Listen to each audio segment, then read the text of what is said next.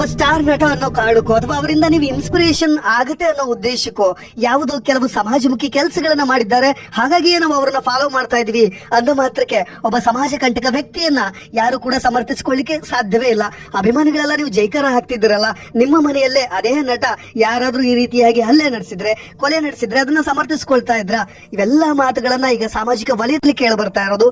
ನಟ ದರ್ಶನ್ ರವರಿಗೆ ತಾಮಸ ಗುಣವೂ ಇದೆ, ರಾಕ್ಷಸ ಗುಣವೂ ಇದೆ. ಅವ್ರು ಮಾಡಿರ್ಬೋದು ಅಥವಾ ಅವ್ರು ಮಾಡಿರೋ ತಪ್ಪಲ್ಲ, ಆತ ಮಾಡಿದ್ ಸರಿನಾ? ಹಾಗಾದ್ರೆ ಈ ರೀತಿ ಕೇಳಿದಾಗ ಮೆಸೇಜ್ ಮಾಡಿದ್ ಸರಿನಾ ಅಂತ ಆತ ಸೀದಾ ಸೈಬರ್ ಕಂಪ್ಲೇಂಟ್ ಕೊಡಬಹುದಿತ್ತು ಅಥವಾ ಪೊಲೀಸ್ ಠಾಣೆಯ ಮೆಟ್ಲಿ ಹೇರ್ಬೋದಿತ್ತು ಇದೇ ದರ್ಶನ್ ಅಥವಾ ಪವಿತ್ರ ಗೌಡ. ಆದ್ರೆ ಕರೆಸಿ ಈ ರೀತಿಯಾಗಿ ಸುಟ್ಟು, ರಾಡ್ನಿಂದ ಹೊಡೆದು, ಕಟ್ಟಿಗೆಯಿಂದ ಹೊಡೆದು, ಬೂಟ್ ಕಾಲಿನಿಂದ ಹೊದ್ದು, ಮರ್ಮಾಂಗಕ್ಕೆಲ್ಲ ಹೊದ್ದು ಈ ರೀತಿಯಾಗಿ ಮಾಡಿರೋದಿದೆಯಲ್ಲ, ಆ ತರಹದ ಕೃತ್ಯವನ್ನ ಒಬ್ಬ ನಟನೆಯಿಂದ ಯಾರು ಕೂಡ ಎಕ್ಸ್ಪೆಕ್ಟ್ ಮಾಡಿರ್ಲಿಲ್ಲ.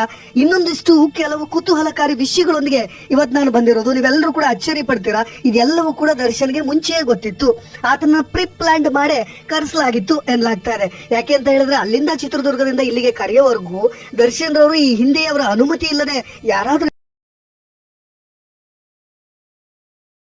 ಏನಾದ್ರೂ ಮಾಡಿದ್ರೆ ಅವ್ರ ಆಪ್ತ ವಲಯದಲ್ಲೇ ದರ್ಶನ್ ರವ್ರನ್ನ ಎದುರಾಕೊಳ್ಳೋದು ಕಷ್ಟ, ಅವ್ರ ಕೋಪಕ್ಕೆ ತುತ್ತಾಗೋದು ಕಷ್ಟ ಅಂತಾರೆ. ಇನ್ನ ಆತನ ಅನುಮತಿ ಇಲ್ಲದೆ ಶೆಡ್ಗೆ ಕರೆತಂದಿರೋ ಯಾವುದೇ ಸಾಧ್ಯತೆಗಳು ಇರ್ಲಿಕ್ಕೆ ಸಾಧ್ಯವೇ ಇಲ್ಲ. ಹಾಗಾಗಿಯೇ ಆತನನ್ನ ಕರೆತಂದಿದ್ದು, ಆತನಿಗೆ ಎಚ್ಚರಿಕೆ ಕೊಡೋದು ಅಥವಾ ಹೊಡೆಯೋ ಪ್ಲಾನ್ ಎಲ್ಲವೂ ಪ್ರೀ ಪ್ಲಾನ್ಡ್ ಆಗಿತ್ತು. ಒಟ್ಟಾರೆಯಾಗಿ ಯಾವಾಗ ಈ ದರ್ಶನ್ ಶೆಡ್ಗೆ ಹೋಗಿ ಆತನ ಮೇಲೆ ಮಾರಣಾಂತಿಕ ಹಲ್ಲೆಯನ್ನ ನಡೆಸ್ತಾರೋ, ಅದಾದ ನಂತರ ಆ ಮೃತದೇಹವನ್ನ ಸಾಗಿಸ್ಲಿಕ್ಕೆ ದರ್ಶನ್ ರವರು ಡೀಲ್ ಕೊಟ್ಟಿರೋ ಮೊತ್ತ ಈಗ ಕೇಳಿ ಬರ್ತಾ ಇರೋದು ಬರೋಬ್ಬರಿ 30 ಲಕ್ಷಕ್ಕೆ ಮೃತದೇಹವನ್ನ ಎಲ್ಲಾದ್ರೂ ಯಾರಿಗೂ ಗೊತ್ತಾಗದ ಹಾಗೆ ವಿಲೇವಾರಿ ಮಾಡಬೇಕು ಅಂತ ಹೇಳಿ ದರ್ಶನ್ ರವರು ಅವ್ರಿಗೆ ಖಡಕ್ ಆಗಿ ಹೇಳಿದ್ರಂತೆ. ಜೊತೆಗೆ ಈ 3 ಗ್ಯಾಂಗ್ ಇತ್ತಲ್ಲ, ಅವತ್ತು ತೆಗೆದುಕೊಂಡು ಹೋಗಿ ಅಲ್ಲಿ ಹೋಗಿ ಮೋರಿಯಲ್ಲಿ ಎಸೆದ್ರಲ್ಲ, ಆ 3 ಗ್ಯಾಂಗ್ ನಿಂದಲೇ ಅವತ್ತು ರಾತ್ರಿ ಇಡೀ ದರ್ಶನ್ಗೆ ವಾಟ್ಸಪ್ ಕಾಲ್ ಹೋಗಿದೆ. ಅಂದ್ರೆ ಏನೆಲ್ಲ ಮಾಡ್ತಾ ಇದ್ದೀವಿ, ಎಲ್ಲಿಗೆ ಹಾಕಬೇಕು, ಎಲ್ಲಿ ಹಾಕಿ ಬಂದ್ವಿ, ರಾಜಕಾಲುವೆಗೆ ಹಾಕಿದ್ರೆ ಯಾರಿಗೂ ಗೊತ್ತಾಗೋದೇ ಇಲ್ಲ, ದರ್ಶನ್ ಬಾಸ್ ನೀವು ಸೇಫ್ ಆಗ್ತೀರಿ, ಡೋಂಟ್ ವರಿ ಅನ್ನೋ ರೀತಿಯಾದಂತ ಎಲ್ಲಾ ರೀತಿಯಾದಂತ ವಾಟ್ಸಪ್ ಕಾಲ್ಗಳು ಅವರಿಗೆ ಹೋಗಿರೋದು.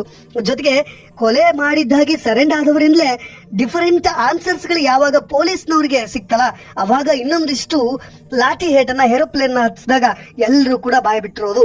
ಕೊಲೆ ಮಾಡಿ ದರ್ಶನ್ ಅಂಡ್ ಗ್ಯಾಂಗ್ ತಗ್ಲಾಕೊಂಡಿದ್ದೆ ತುಂಬಾ ರೋಚಕವಾಗಿದೆ. ರೇಣುಕಾ ಸ್ವಾಮಿಯನ್ನ ಕೊಲೆ ಮಾಡ್ಬಿಟ್ರು, ಶವ ವಿಲೇವಾರಿ ಮಾಡ್ಲಿಕ್ಕೆ 30 ಲಕ್ಷಕ್ಕೆ ಡೀಲ್ ಕೊಟ್ರು, ತದನಂತರ ಒಪ್ಕೊಳ್ಳಿಕ್ಕೂ ಹೇಳಿದ್ರು. ಅವಾಗ ಡವ ಶುರುವಾಗಿರೋದು ದರ್ಶನ್ಗೆ. ಅದಕ್ಕೋಸ್ಕರವಾಗಿ ಅವ್ರು ಮೈಸೂರಿಗೆ ಹೋಗಿದ್ದಾರೆ.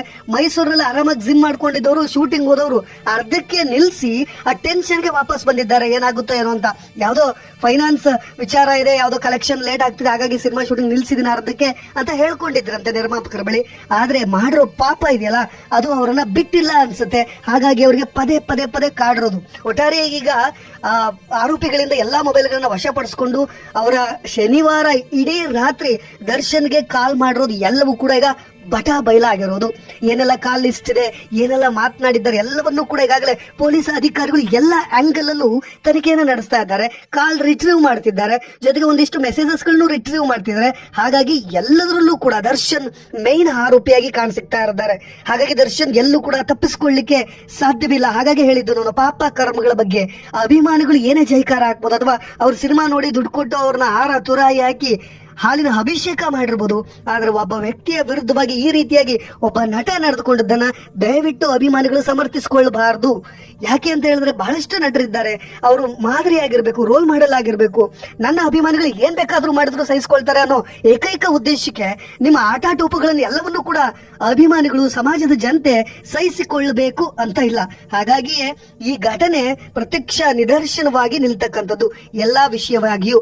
ಹಾಗಾಗಿ ಈಗ ರೇಣುಕಾ ಸ್ವಾಮಿಯನ್ನ ಅಲ್ಲಿಂದ ಕರೆ ತಂದಿದ್ದು, ಆತನ ಅಲ್ಲೆಲ್ಲೋ ಟೋಲ್ ಗೇಟ್ ಬಳಿ ಆತನ ಬೈಕ್ ಅನ್ನ ನಿಲ್ಲಿಸಿ ಬಿರ್ರಿ ಹೊಡೆದಿರೋದು ಅಮಾಯಕನ ಮೇಲೆ. ಆತ ನೋಡ್ಲಿಕ್ಕೆ ಯಾಕೆ ಅಂತ ಗೊತ್ತಿಲ್ಲ. ಮೇ ಬಿ ಮಾಧ್ಯಮಗಳು ಮಗನ ಖಾತೆಗೆ ಹೋಗಿ ಒಂದಿಷ್ಟು ಫೋಟೋಸ್ಗಳನ್ನ ತೆಗೆದುಕೊಳ್ಳೋದು, ಅಥವಾ ಒಂದಿಷ್ಟು ಫೋಟೋಸ್ಗಳು ವೈರಲ್ ಆಗುತ್ತೆ ಅನ್ನೋ ಕಾರಣಕ್ಕೆ ಅನ್ಫಾಲೋ ಮಾಡಿರ್ಬೋದು. ಜೊತೆಗೆ ಮಗನಿಗೋಸ್ಕರ ಬದುಕ್ತಾ ಇದ್ದೀನಿ ಅಂತಲೇ ಆಪ್ತರ ಬಳಿ ಅವರು ಅಳವತ್ತುಕೊಂಡಿದ್ದಾರಂತೆ. ನಾನು ಬದುಕಿರೋದೇ ನನ್ನ ಮಗನಿಗೋಸ್ಕರ, ನನ್ನ ಗಂಡನನ್ನ ಆಗ್ಲೇ ಮರೆತು ಬಿಟ್ಟಿದ್ದೀನಿ ಅನ್ನೋ ರೀತಿಯಾಗಿ ತುಂಬಾ ನೋವಿದೆ. ವಿಜಯಲಕ್ಷ್ಮಿ ಅವರಿಗೆ ಸಮಾಜದ ಮುಂದೆ ಒಂದು ಗೌರವಯುತವಾಗಿ ಬದುಕಬೇಕು ಅನ್ನೋ ಉದ್ದೇಶ, ಕನಸುಗಳು ಅದೆಲ್ಲ ಆಗಿತ್ತು. ಆದ್ರೆ ದರ್ಶನ್ ಮಾತ್ರ ತಾನು ಇಷ್ಟಪಡ್ತಾ ಇದ್ದಂತ ಪ್ರೇಯಸಿ ಜೊತೆಗೆ ವಾಸ ಮಾಡ್ಲಿಕ್ಕೆ ಇಷ್ಟಪಡ್ತಾ ಇದ್ದು. ಹೆಚ್ಚಾಗಿ ರಾಜರಾಜೇಶ್ವರಿ ನಗರದ ಪವಿತ್ರ ಗೌಡ ಅವರ ಮನೆಯ ಮುಂದೆ ಅವ್ರ ಕಾರು ಪಾರ್ಕಿಂಗ್ ಆಗಿರ್ತಾ ಇತ್ತಂತೆ ಯಾವಾಗ್ಲೂ ಕೂಡ. ಅದನ್ನ ಅವರು ಕೂಡ ಪವಿತ್ರ ಗೌಡ ಅವರು ಒಪ್ಪಿಕೊಂಡಿದ್ದಾರೆ ಬಿಡಿ. ಅದ್ರ ಬಗ್ಗೆ ನಾವು ಖಾಸಗಿ ಪರ್ಸನಲ್ ಜೀವನದ ಬಗ್ಗೆ ನಾವು ಇಲ್ಲಿ ಚರ್ಚೆ ಮಾಡೋ ಅಗತ್ಯ ಇಲ್ಲ. ಆದ್ರೆ ಈ ಘಟನೆ ಇದೆಯಲ್ಲ ಇದ್ರ ಬಗ್ಗೆ ಚರ್ಚೆ ಮಾಡಬೇಕು. ಈಗಾಗಲೇ ತುಂಬಾ ಮನನೊಂದು ಅನ್ಫಾಲೋ ಮಾಡೋದು ವಿಜಯಲಕ್ಷ್ಮಿ, ಅವ್ರು ಏನ್ ರಿಯಾಕ್ಟ್ ಮಾಡ್ತಾರೆ. ಒಟ್ಟಾರೆಯಾಗಿ ಇನ್ನು ಮಗನಿಗೂ ಕೂಡ ತನ್ನ ತಂದೆಯ ಮುಖವನ್ನು ನೋಡೋ ಭಾಗ್ಯ ಸಿಕ್ಕಿಲ್ಲ. ಇತ್ತ ಇದೇ ಜಗ್ಗೇಶ್ ಅವರು ಈ ಹಿಂದೆಯೂ ಕೂಡ ದರ್ಶನ್ ಮತ್ತು ಜಗ್ಗೇಶ್ ಅವರ ನಡುವೆ ಒಂದಿಷ್ಟು ಮನಸ್ತಾಪಗಳಾಗಿತ್ತು. ಜಗ್ಗೇಶ್ ಅವರು ದರ್ಶನ್ ಅಭಿಮಾನಿಗಳಿಗೇನೋ ಒಂದು ಮಾತು ಅಂದ್ಬಿಟ್ರು. ದರ್ಶನ್ ಫ್ಯಾನ್ಸ್ ಒಂದು ತರ ಈ ಟೈಪ್ ಫ್ಯಾನ್ಸ್ ಇದ್ದ ಹಾಗೆ ಅವರು ಅನ್ನೋ ಮಾತಿನ ಬರದಲ್ಲೋ ಅಥವಾ ಮಾತಿನ ಫ್ಲೋನಲ್ಲೇ ಹೇಳಿದ್ರಂತೆ. ಹಾಗಾಗಿ ದರ್ಶನ್ ಫ್ಯಾನ್ಸ್ ಅವರು ಜಗ್ಗೇಶ್ ಅಂತಹ ಒಬ್ಬ ಹಿರಿಯ ನಟನ ಮುಂದೆ ಒಂದು ದೊಡ್ಡ ಸ್ಟ್ರೈಕ್ ಅನ್ನ ಮಾಡಿದ್ರು. ಅವರಿಗೂ ಪರ ವಿರೋಧಗಳ ಚರ್ಚೆಗಳಾಗಿತ್ತು ಜಗ್ಗೇಶ್ ಬಗ್ಗೆ ಬಿಡಿ. ಈಗ ಸದ್ಯ ಅವರು ತಮ್ಮ ಟ್ವಿಟರ್ ಖಾತೆಯಲ್ಲಿ ಹಾಕೊಂಡಿದ್ದಾರೆ, ದರ್ಶನ್ಗೆ ಟಾಂಗ್ ಕೊಟ್ಟಿರೋದು ಇಲ್ಲಿವರೆಗೂ ಸಹಿಸಿಕೊಂಡಿದ್ದು. ಯಾವಾಗ ದರ್ಶನ್ ರವರ ಅಭಿಮಾನಿಗಳು ಜಗ್ಗೇಶ್ ಅವರ ಕೊಳಪಟ್ಟಿ ಹಿಡಿಯೋ ಲೆವೆಲ್ಗೆ ಸ್ಟ್ರೈಕ್ ಅನ್ನ ಮಾಡಿದ್ರಲ್ಲ, ಆಗ್ಲೇ ಫೇಸ್ಬುಕ್ ಲೈವ್ ಬಂದು ಜಗ್ಗೇಶ್ ಮಾತನಾಡಿದ್ರು. ಇರ್ಲಿಕ್ಕೆ ನಾನೊಬ್ಬ ದೊಡ್ಡ ಸ್ಟಾರ್ ನಟ ಅಂತ ಹಿರಿಯ ನಟ ಇದ್ದೀನಿ, ನನ್ನನ್ನು ಸಾಯಿಸ್ಬಿಡಿ, ನೀವು ಎಲ್ಲಿ ತಗೊಂಡು ಹೋಗ್ತಾ ಇದ್ದೀರಾ ಚಿತ್ರರಂಗವನ್ನ ನೀವೆಲ್ಲರೂ ಅಂತ ಹೇಳಿ ಮಾತನಾಡಿದ್ರು ಆ ಬರದಲ್ಲಿ. ಈಗ ಅವರು ಹಾಕಿರೋ ಪೋಸ್ಟ್, ಸರ್ವ ಆತ್ಮಾನೇನ ಬ್ರಹ್ಮ ಅಂದ್ರೆ ಸರ್ವ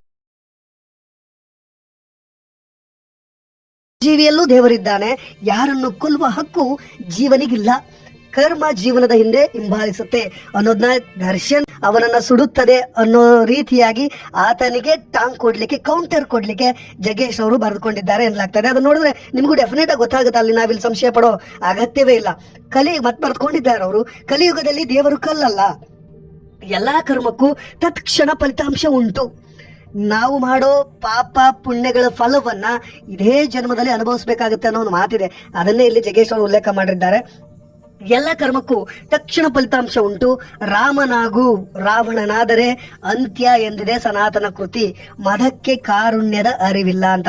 ದರ್ಶನ್ ರವರು ಮದದಿಂದ, ಅಹಂಕಾರದಿಂದ, ದರ್ಪದಿಂದ ಮೆರಿತಾ ಇದ್ದಾರೆ ಅನ್ನೋ ರೀತಿಯಾಗಿ ಅವರಿಗೆ ಕೌಂಟರ್ ಕೊಟ್ಟಿರೋ ಮಾತುಗಳಿವು. ರಾಮನಾಗು, ಯಾಕೆ ರಾವಣನಾಗ್ತೀಯಾ? ರಾಮನಾಗು, ರಾಕ್ಷಸನ ಯಾಕೆ ಆಗ್ತೀಯಾ? ಸಮಾಜ ನಿಮ್ಮಿಂದ ಬಯಸಿರೋದು ಅದನ್ನೇ ಅಲ್ವಾ? ಒಬ್ಬ ಅಮಾಯಕ ವ್ಯಕ್ತಿನ, ಆತನ ಕುಟುಂಬದ ಫ್ಯಾಮಿಲಿಯ ಬ್ಯಾಕ್ ಗ್ರೌಂಡ್ ಕೇಳಿದ್ರೆ ನಿಮಗೆ ಗೊತ್ತಾಗುತ್ತೆ. ಆತ ವೀರಶೈವ ಜಂಗಮ ಸಮಾಜಕ್ಕೆ ಸೇರಿದವರು, ತಂದೆ ತಾಯಿಗಳು ಬಿಕ್ಕಿ ಹೇಳ್ತಾ ಇದ್ದಾರೆ ಬಿಡಿ. ಅವ್ರ ಮನೆಗೆ ಎಲ್ಲಾ ಧರ್ಮಗುರುಗಳು, ಜಗದ್ಗುರುಗಳು ಬರ್ತಾ ಇದ್ರಂತೆ. ವೀರಶೈವ ಲಿಂಗಾಯತ ಸಮಾಜದ ಎಲ್ಲಾ ಧರ್ಮಗುರುಗಳು ಅವ್ರ ಮನೆಗೆ ಬಂದು ತಂಗ್ತಾ ಇದ್ರಂತೆ. ಅವ್ರು ಬಂದು ಉಳಿಲಿಕ್ಕೆ, ಈ ಧಾರ್ಮಿಕ ಚರ್ಚೆಗಳು ಆಗ್ಲಿಕ್ಕೆ ಅವ್ರ ಮನೆ ಮೇಲೆ ಒಂದು ಶಾಂತಿಧಾಮ ಅನ್ನೋ ಒಂದು ಚಿಕ್ಕ ಪುಟ್ಟ ಮನೆಯನ್ನ ಕಟ್ಟಿದ್ದಾರಂತೆ. ನೋಡಿ, ಧಾರ್ಮಿಕವಾಗಿ ಹಿನ್ನೆಲೆ ಉಳ್ಳವರು, ಆಧ್ಯಾತ್ಮಿಕ ಮತ್ತು ಭಕ್ತಿಯ ನೆಲೆ